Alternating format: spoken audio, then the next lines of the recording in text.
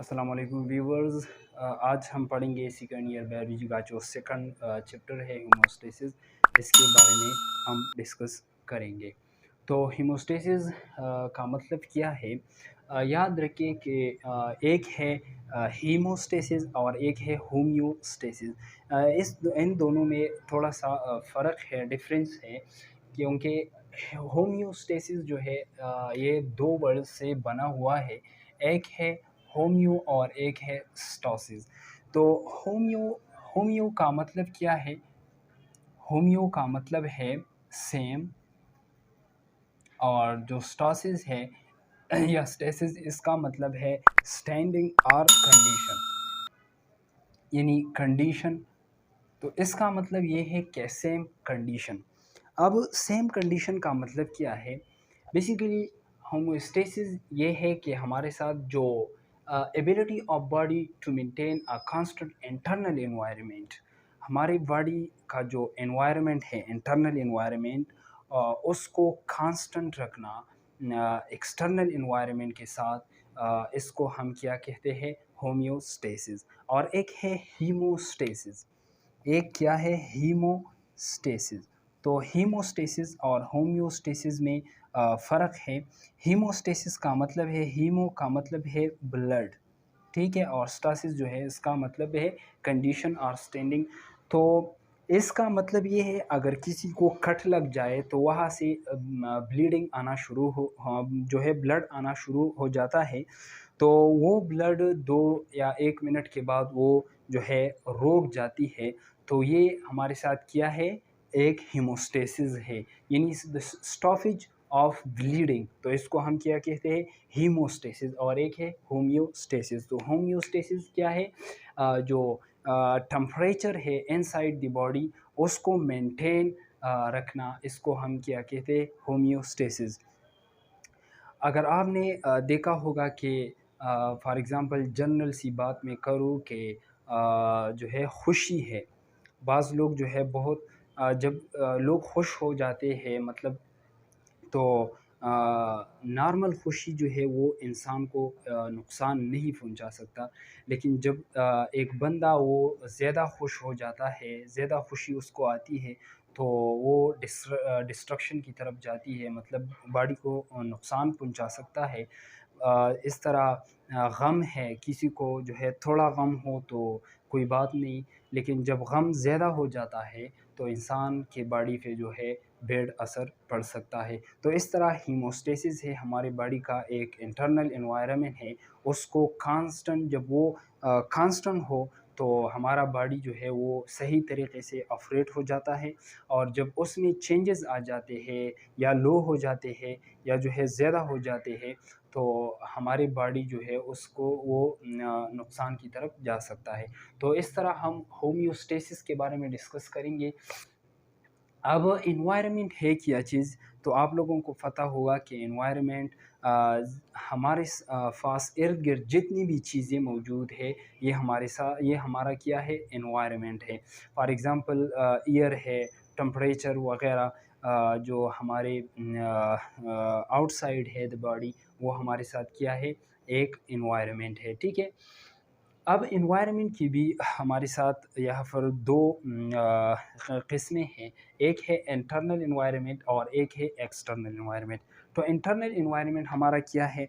हमारी बॉडी के अंदर जो इन्वायरमेंट है वो क्या है? इंटरनल इन्वायरमेंट है। जैसा कि इनसाइड सेल जो इन्वायरमेंट है, सेल में जितनी भी चीज़ें इनसाइड मौजूद है, वो सेल का अपना एक इन्वायरमेंट है। और इस तरह ब्लड जो है, ब्लड में जितनी भी चीज़ें मौजूद है, वो ब्लड का एक एनवायरनमेंट है, इनसाइड एनवायरनमेंट है, यानी इंटरनल एनवायरनमेंट है। अब एक्सटर्नल एनवायरनमेंट क्या है? एक्सटर्नल एनवायरनमेंट ये है, जो हमारे बॉडी के आउटसाइड जितनी भी चीज़ें मौजूद है, वो हमारे साथ वो क्या है? वो एक्सटर्नल एनवायरनमेंट है। आउटसाइड बॉडी हमारे साथ एयर है, टेम्परेचर है, ह्यूमिडिटी है। तो ये हमारे साथ क्या है? ये हमारा एक्सटर्नल एनवायरनमेंट है। अब इंटरनल एनवायरनमेंट है क्या चीज़? यानी इंटरनल एनवायरनमेंट में कौन से ऐसी चीज़ें हैं جس کی وجہ سے ہم اس کو انٹرنل انوائرمنٹ کہتے ہیں۔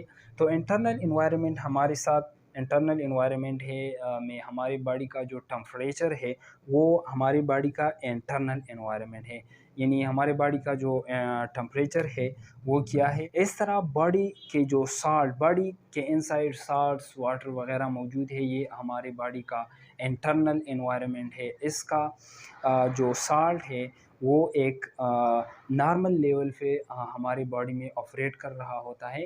جب یہ زیادہ ہو جاتا ہے تو باڈی بالکل ڈسٹرکشن کی طرف جاتی ہے، جب یہ لو ہو جاتی ہے تو باڈی ڈسٹرکشن کی طرف جاتی ہے۔ اس طرح جو ٹمپریچر ہے، ٹمپریچر بھی ہمارے ساتھ جب یا زیادہ ہو جاتا ہے تو باڈی پہ اثر پڑتا ہے، بیڈ اثر، جب کم ہو جاتا ہے تو باڈی پہ بیڈ اثر پڑ سکتا ہے۔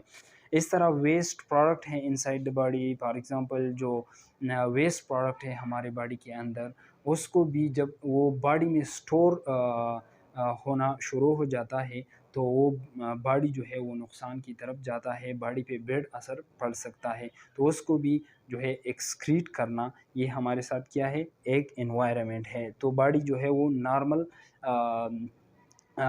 کنڈیشن میں آپریٹ کر رہا ہوتا ہے۔ اس طرح بلڈ شوگر لیول ہے، جب زیادہ ہو جاتا ہے تو ہائپر گلائسیمیا آ جاتا ہے، یعنی باڈی پہ بیڈ اثر پڑ سکتا ہے۔ جب کم ہو جاتا ہے ہائپو گلائسیمیا تو ہمارے ساتھ جو بھی باڈی جو ہے وہ نارمل کنڈیشن پہ آپریٹ نہیں کر رہا ہوتا ہے، بیڈ کنڈیشن کی طرف جا سکتا ہے۔ اس طرح بلڈ پی ایچ ہے، جب بلڈ پی ایچ زیادہ ہو جاتا ہے تو باڈی کو نقصان ہوتا ہے، زیادہ کم ہو جاتا ہے تو پھر بھی باڈی کو نقصان ہو جاتا ہے۔ اب آتے ہیں فار ایگزامپل یہ ہمارے ساتھ کیا ہے، ایکسٹرنل انوائرمنٹ ہے۔ جب ایکسٹرنل انوائرمنٹ چینج ہو جاتا ہے تو انٹرنل انوائرمنٹ آلریڈی کیا ہوتا ہے، چینج ہو جاتا ہے۔ اب کمپوننٹس آف ہومیوسٹیسس کی طرف آتے ہیں کہ ہومیوسٹیسس کی کمپوننٹس کون سے ہیں۔ تو 3 کمپوننٹس ہے، ایک ہے تھرمو ریگولیشن، ایک ہے آسمو ریگولیشن اور ایک ہے ایکسکریشن۔ تو تھرمو ریگولیشن کا مطلب کیا ہے، maintenance of constant body temperature. Body کا جو نارمل ٹمپریچر ہے وہ 37.6 ڈگری سی ہے۔ جو نارمل ٹمپریچر ہے باڈی کا، اس کا زیادہ ہو جانا باڈی کو جو ہے نقصان ہو سکتا ہے، کم ہو جانا، یا فار ایگزامپل جو باڈی کا جو نارمل ٹمپریچر ہے 37.6 ڈگری سی، جب یہ انکریز ہو جاتا ہے تو اس کو نارمل لیول پر آنا، کانسٹنٹ ٹمپریچر پہ آنا، اس کو کیا کہتے ہیں، اس کو ہم کہتے ہیں تھرمو ریگولیشن۔ یا فار ایگزامپل 37 ڈگری سی جو باڈی کا نارمل ٹمپریچر ہے وہ ڈیکریز ہو تو اس کو نارمل لیول پہ آنا، اس کو ہم کیا کہتے ہیں، تھرمو ریگولیشن۔ کیا ہے آسمو ریگولیشن؟ آسمو ریگولیشن ہمارے ساتھ باڈی کے اندر واٹر اور الیکٹرولائٹس موجود ہوتے ہیں۔ فار ایگزامپل واٹر، باڈی کے اندر جو ہے واٹر وہ زیادہ ہو جاتا ہے تو اس کو نارمل لیول پہ جو ہے لے آنا، اس کو ہم کیا کہتے ہیں، آسمو ریگولیشن۔ یا فار ایگزامپل سالٹس، الیکٹرولائٹس وغیرہ ہے، جب وہ انکریز ہو جاتا ہے تو اس کو اپنے لیول پہ لے کر آنا، اس کو ہم کیا کہتے ہیں، آسمو ریگولیشن کہتے ہیں۔